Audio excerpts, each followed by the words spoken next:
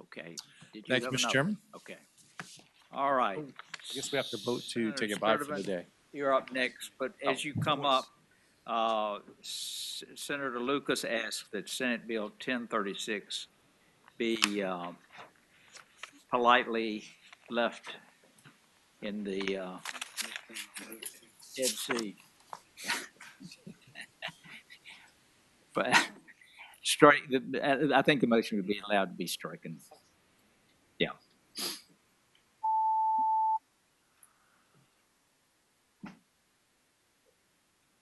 Can you vote me, Dave? Okay. Close the roll. All right. That bill is stricken. Okay.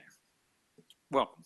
Thank you, Mr. Chairman, members of the committee. Before you this afternoon is Senate Bill 1259. This is a bill that I think is very relevant to the 400th anniversary of the General Assembly that we are celebrating this session, this year in 2019.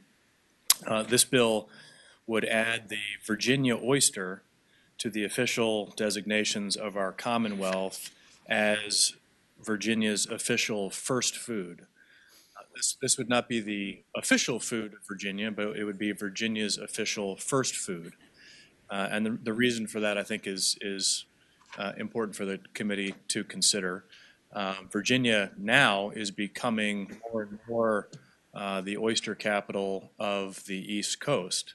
But the history of the consumption and the reliance on the Virginia oyster dates back certainly to our Native American heritage, but with regard to the General Assembly, it was very much relied upon by the first settlers at Jamestown. Captain John Smith noted when he first arrived in Virginia that the Virginia oyster was plentiful throughout that region. And it's really one of the gems of the Chesapeake Bay and of Virginia.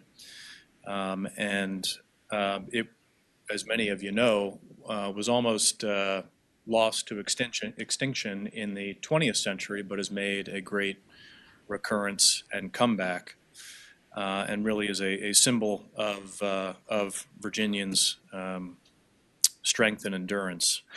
But this idea was not mine. It was brought to me by a constituent, a young man who is a student at Midlothian Middle School. His name is Brennan Lane, and he gave up his entire snow day, day off from school, to be here to testify to the committee. And this is something he is very passionate about. The members of the committee will recall his sister, Savannah Lane, is Miss Virginia in 2015 or 2016, and we all met her on the floor of the Senate back then. But Brennan is a very impressive young man, has done a lot of research, and if it's the pleasure of the committee, I know Brendan would like to speak briefly to the committee about why the Virginia oyster should be As the first he food. prepares to come up, my Latin is not good. Does this Not either. refer in any way to seaside or bayside? Or It doesn't. It is an inclusive first food. welcome. Come on up. Good afternoon. My name is Brennan Lane, and I'm an 8th grade student at Midlothian Middle School. I'm here today to promote the Crassus tree virginica as the first food of Virginia, so that everyone can marvel at a history that spans the very existence of the Commonwealth. First, the Crassus tree virginica fed the indigenous people and modern people alike as a vital source of protein.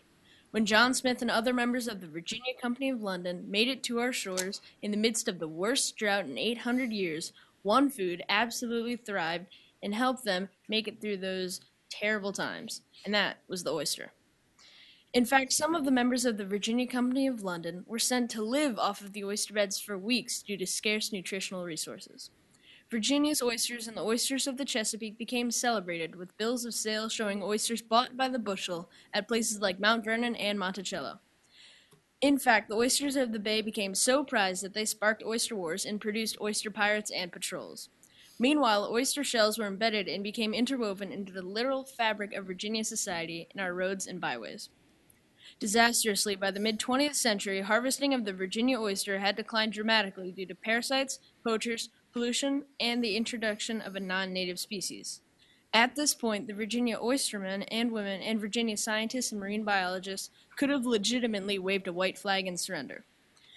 But instead, they worked with cultured spat so that the oyster industry could survive and thrive. And let's not forget that oysters can lead to cleaner waters, with one oyster being capable of cleaning 50 gallons of water a day.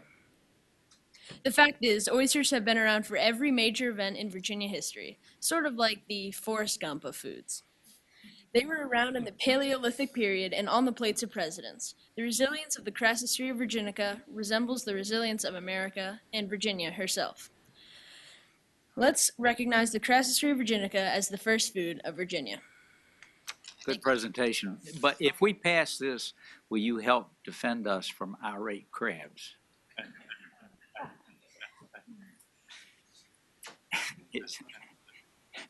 Mr. Chair, if I may I make a comment? Senator Vogel. Mr. Chair, I would just like to compliment the gentleman on taking his snow day to come and do this, because snow days are really precious and you don't get very many.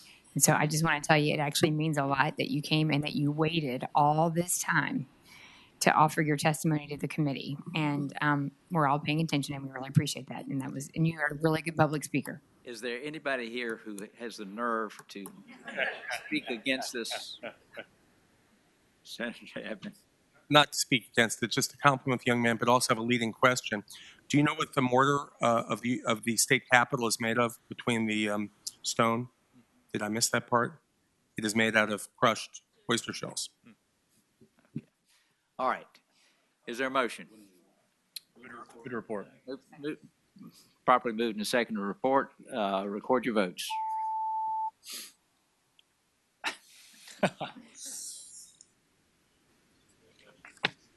Thank you. Appreciate that. Ayes 13, noes 1. Thank you, Mr. Bill Chairman. is reported. Monty, did you have one? Senator Mason, excuse me, I'm sorry.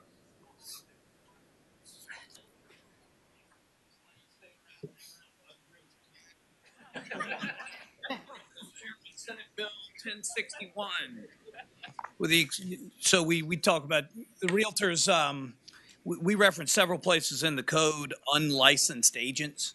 But in this day and age, we have a lot of folks doing social media, doing marketing, et cetera. They're not really agents, but they are acting as independent contractors. So we're giving the board the opportunity to establish criteria that they must follow. We're also stating they could work on real estate teams, and on the outside chance they were in the office and took an escrow check, we also are directing them as to how they'd handle that. So this just speaks to them being independent contractors rather in addition to unlicensed agents. Is there anyone here to speak in opposition to Senate Bill 1061? Second. Properly moved and seconded, the Senate Bill 1061 be reported.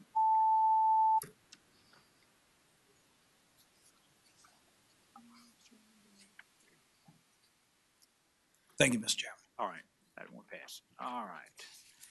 That leaves us with what, one bill?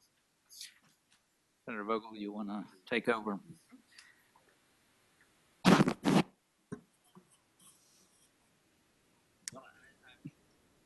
what the bill does and the time that I've been sitting here, so I got to figure out what. You can walk down very slowly, Mr. Chair, while you collect your thoughts. And remember your bill.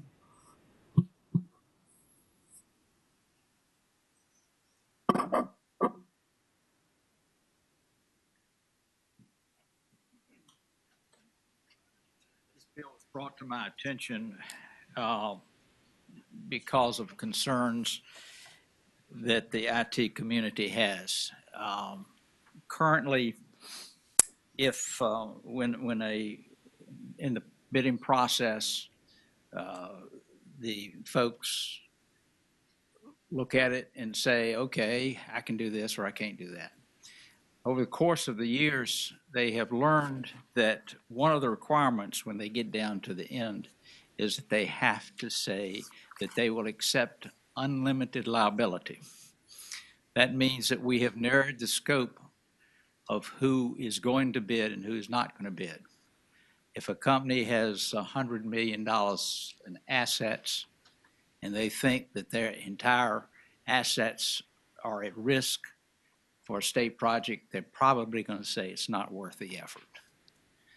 What this bill does is to limit that liability to twice what the bid was worth. And I think that Senator DeSteph may have an amendment that I think would be friendly.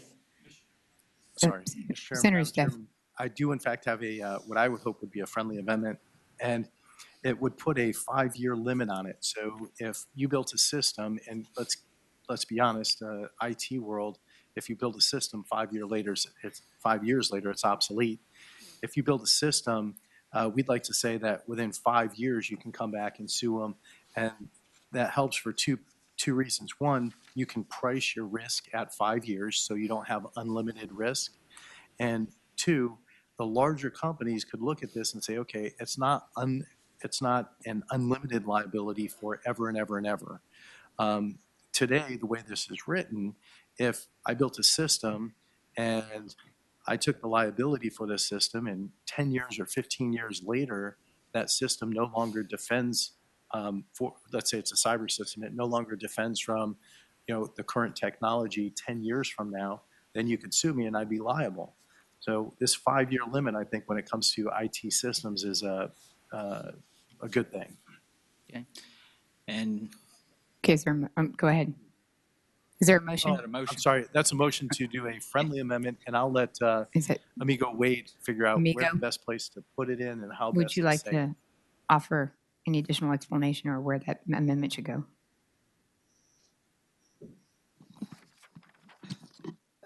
Thank you, Madam Chair. I think I need to look at it to give the best place, because I want to make sure I don't make any mistakes with Mr. Chairman's bill.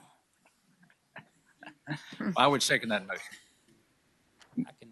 Would you like to, I think that in concept, it's pretty clear.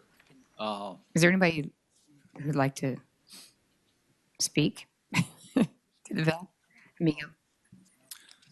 Madam Chair, Andrew Lamar on behalf of the Richmond Technology Council, RVA Tech, and appreciate the chairman bringing the bill. We'll do that, Amigo. To the amendment, would love the opportunity to look at it and discuss it with the folks who have asked us to bring the bill. I think it's friendly, but would love some more feedback. I think Senator Ruff said that we're headed to finance after this, so we could. So I was going to make We could the look at it there. recommendation in conference over here with Amigo. He will be able to make that amendment and get it ready. So he said that he would be very comfortable with us reporting this in concept with the amendment, and then we have to re-refer it to finance anyway. So if the members of the committee are comfortable, we could re-refer it to finance. Madam Chair. Right. And Senator DeSteph. I was just going to say, Madam Chairwoman, I wish no harm to this bill. I think that if you can price your risk, then you'll get a lot more individuals and companies bidding on something. But with that, I was going to say a report re-refer to finance as amended when amended. Okay, so the motion would be that we accept the amendment in concept with the direction that Amigo refine that amended language, and that the patron is accepting that as a friendly amendment, and that the motion would be that we then re-refer the bill in that posture to finance. And there is a second. Madam Chair. Yes, Senator McPike. I'll probably come back to what the status of the bill and what we're moving forward, but I wanted to ask a question of, I think to Senator DeSteff's point, and one of my discomfort areas, and hopefully would strengthen the bill to the patron, is most of our contracts, we set sort of a minimum liability standard, and we set whether it's $2 million or $5 million. It's pretty common for most of our contracts to carry. I'm a little concerned that you could have, say, a $50,000 contract or a $100,000 contract, but actually cause pretty significant harm, and this would propose 2 times contract value. I mean, there's lots of different ways to limit in price, whether it be through liquidated damages, setting minimum standards. This sets sort of a below minimum standard that I've seen in the industry that I would have concern of, and maybe it's easily corrected by just accepting that it shall be sort of a minimum threshold as a first. And I think that's sort of an industry practice in many circumstances. So, Madam Chair, and to answer the senator's question, I would just draw you to line 14. This in particular applies to any contract for a major IT project, which is defined in the code as any project that's worth $1 million or more. And so agree with you that a small dollar project, $50,000 project might not be able to, the 2 times value wouldn't necessarily get as much protection as you're looking for. As far as for the major IT project, $1 million and up, this is something that our members came to us and asked us to work on this issue actually back in 2015. We put a bill in recognizing exactly to the Senator DeSteff's point that if our members can't price and evaluate risk, you can't sort of risk your entire company for the opportunity to bid on a project, whether that's a $10 million, $20 million project or higher for the Commonwealth. It's just not worth it. And so we brought this bill in 2015, but didn't include the exceptions that you see on lines 16 through 19. We sent that to JCOTS, came back with a recommendation that you all, those of you who were here 3 years ago, which has changed a little bit, but endorsed that proposal unanimously. What we did then was we said, instead of throwing out a proposal from day one, if they weren't willing to accept the terms and conditions, we would move that to the negotiation phase for the procurement. And so the theory was that if our members could sit down and negotiate face-to-face with the agency, that they could have a conversation about what the reasonable risks are and be able to put a reasonable limit on that liability. But unfortunately, since then, our members have indicated that that hasn't really changed, and that while it is current practice for the agencies in IT procurement to limit to 2 times value of the contract, the list of exceptions to that rule are so numerous that for all intents and purposes, our members can't accept that unlimited liability for all of those extra categories. And so we brought this bill back, and appreciate again the patron bringing it to go back to what actually is generally considered to be industry best practice, which is why VITA generally adopts this policy, but the exceptions are too numerous. And so we put that in place for 2 times value with including in the bill what we believe are the reasonable exceptions.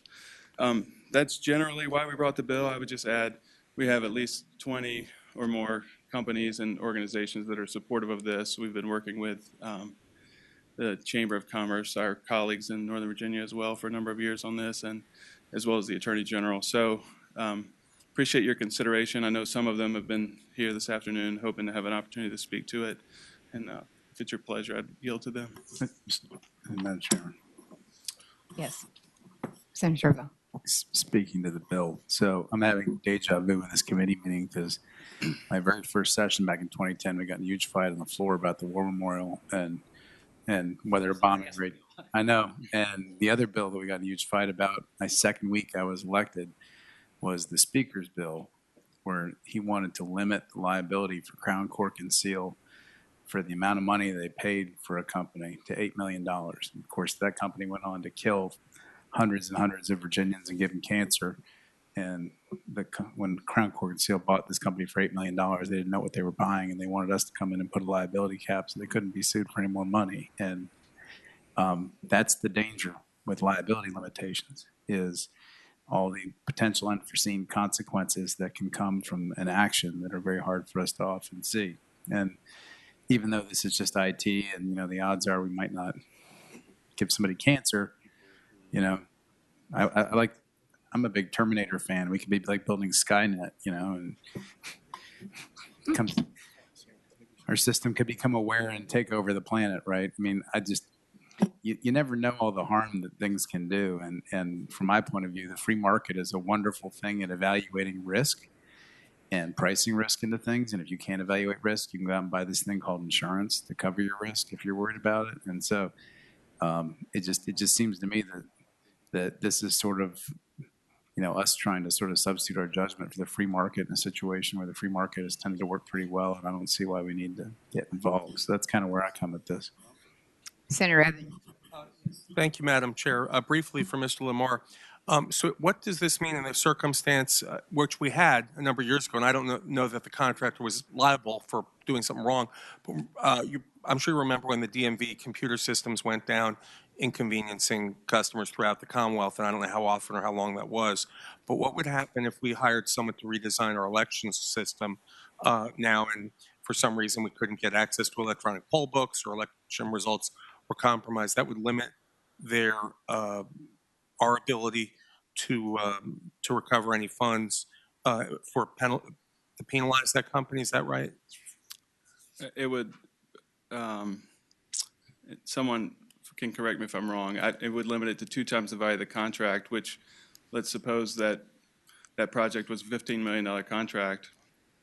They would be limited their liability at $30 million for the Commonwealth to go back and recover, unless it was for any of these exceptions, intentional willful misconduct, fraud, recklessness, to Senator Servo's point about bodily injury, death, damage to real property, et cetera.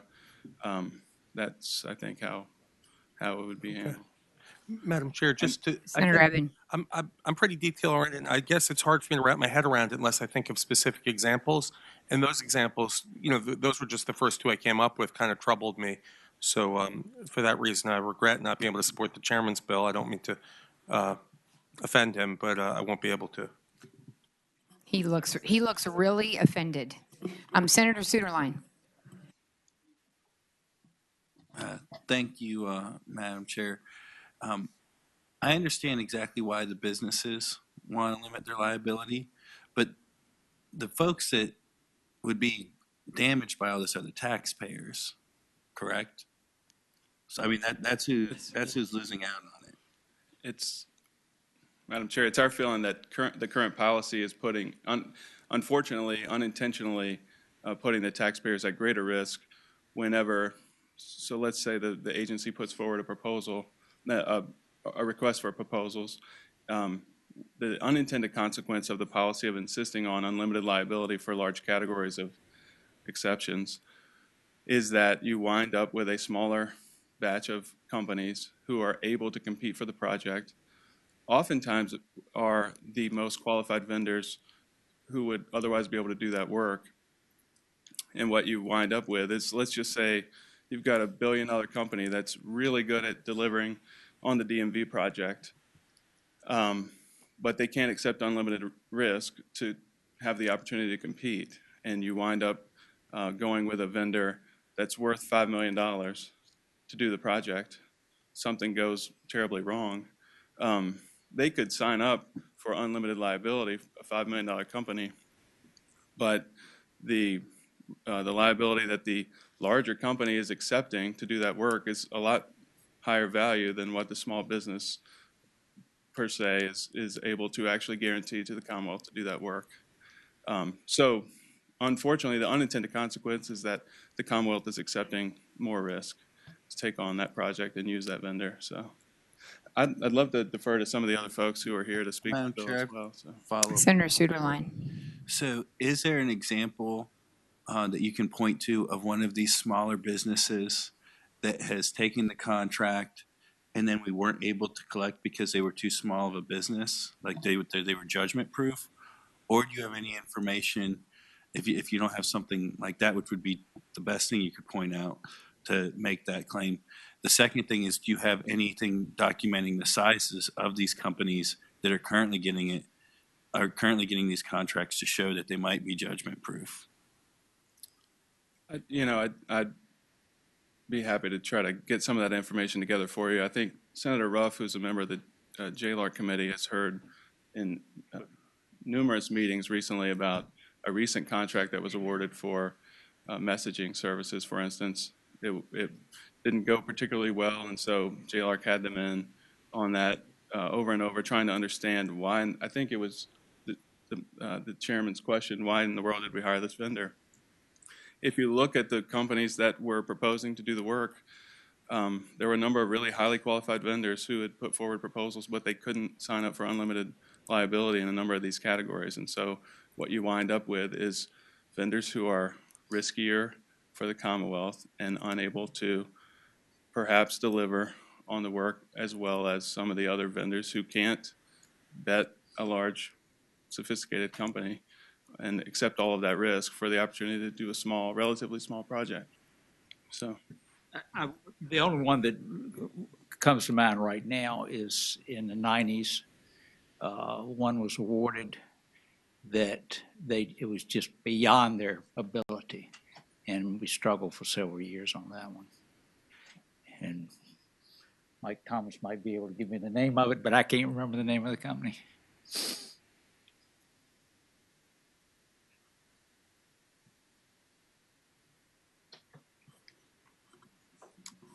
I have a question, maybe not for the patron specifically, but for anybody else who is in support of the bill.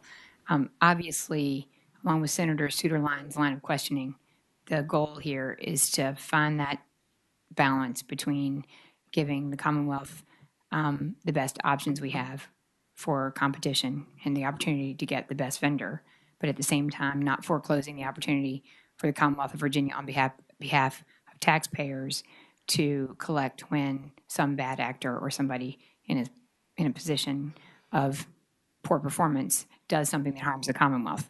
Obviously, there are exceptions that are listed in the language that you provide for negligence and for something that's a standard that you could, it's surmountable. You could in court remedy. But the question for me is, what have other states done? Does somebody have any information on what other states have done to find that sweet spot?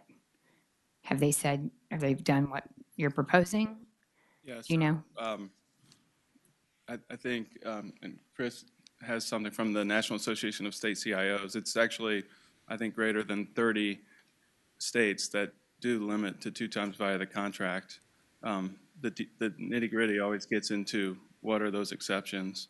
And so we've tried to put in what are generally understood to be those reasonable exceptions to where you would not want to cap liability, so that, in those instances, the Commonwealth is given unlimited liability on the vendor.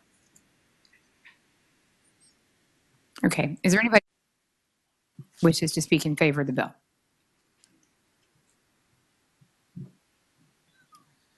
Madam Chairman, Chris Nolan with McGuire Woods on behalf of CGI Technologies, and we do support the bill of the chairman. And I think all of the points have come out. I just would say that, I think VITA will tell you that, in fact, yes, Virginia is in line with the majority of states by limiting it to 2x of contract value. That's typically their practice.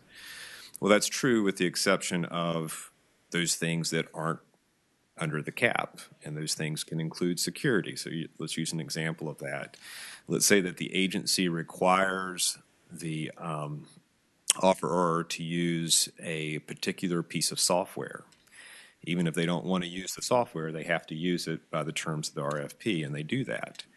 And unbeknownst to anyone, there's what's called a day zero bug in it, where there's a security lapse in the programming. Well, because this isn't under the cap, vendor didn't get to choose that software. All they did was incorporate it into the solution. They're going to be on the hook outside of the 2x cap for something that they may not have been able and wouldn't have been able to control. So that's just one example. And you're absolutely right. It's about finding a balance to get not only more vendors to participate in the process, but when you are participating, to make sure that the Commonwealth is getting the best value possible, because it's not just paying on, and I appreciate Senator Sunderland's comments about, or ultimately, isn't it the taxpayer that's paying for this if something goes wrong? Well, the taxpayer's paying for it now, because what you will have is a situation if you have 2 comparable vendors who submit bids that are equally weighted by way of evaluation, but one is, let's say, $5 million lower, and that company is larger, publicly traded, has a risk profile, cannot take unlimited liability for a $30 million contract, but yet it's $5 million cheaper. The Commonwealth is losing the benefit of an equally qualified vendor who could have delivered that product for $5 million less. That's not a hypothetical, although it is an anecdote. I am familiar with that situation. So, thank you. Okay, thank you. Eric Reisen with the Virginia Chamber of Commerce, and we stand in support of the bill. So, thank you. Thank you. Karen Addison with Troutman Sanders Strategies, representing Maximus, and we're in support of the bill. Thank you. Heidi Abbott with Hunt and Andrews Kurth, representing Deloitte Consulting, and we're in support of the bill. Troy Murphy with the Northern Virginia Technology Council, NVTC. We echo the previous comments and support the legislation. Thank you. Madam Chairman, members of the committee, Scott Johnson representing IBM, and we support the bill. Brittany Anderson with the Attorney General's Office, and we support the bill. Okay.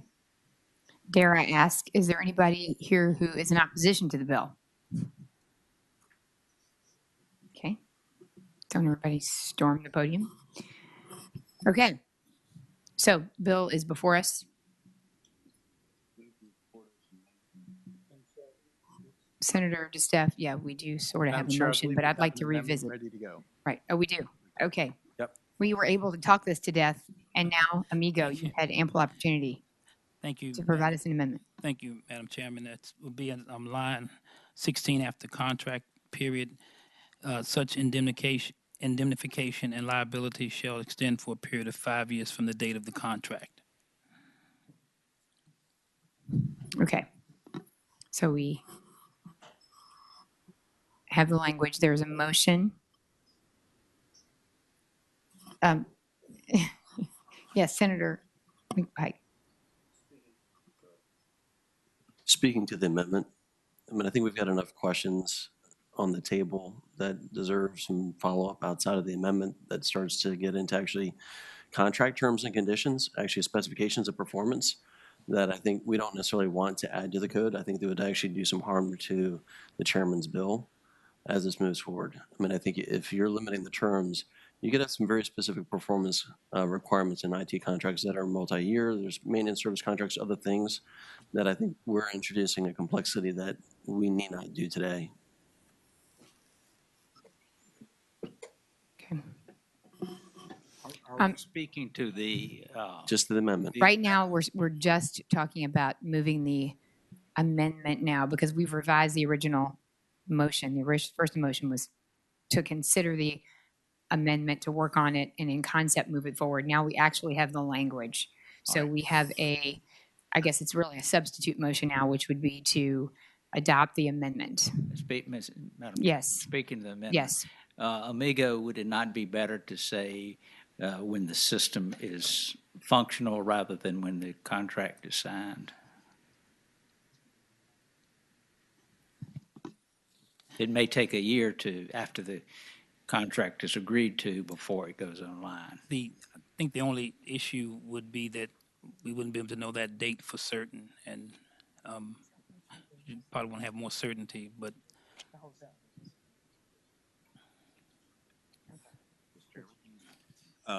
Madam Chair, what about when the agency accepts the product? I mean, that's.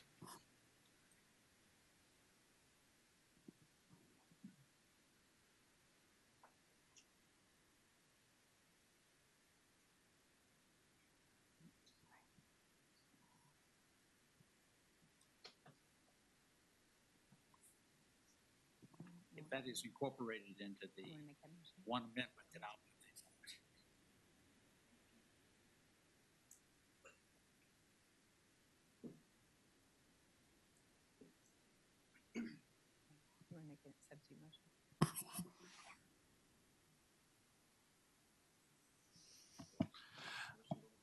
I'd like to make a substitute motion.